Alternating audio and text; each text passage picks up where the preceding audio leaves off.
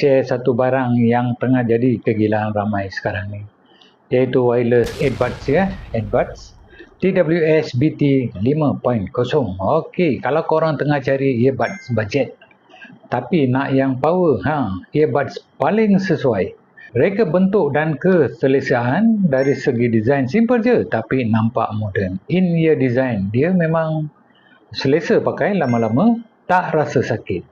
Kalau jogging, gym ataupun jalan jauh pun dia melekat elok-elok kat telinga. Lagi best, dia datang dengan charger case 200 mAh ringan saja.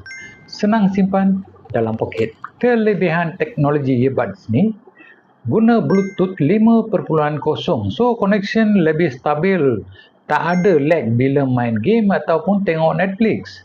Untuk sound pula, bass memang padu, cun habis. Detail dia memang clear lah.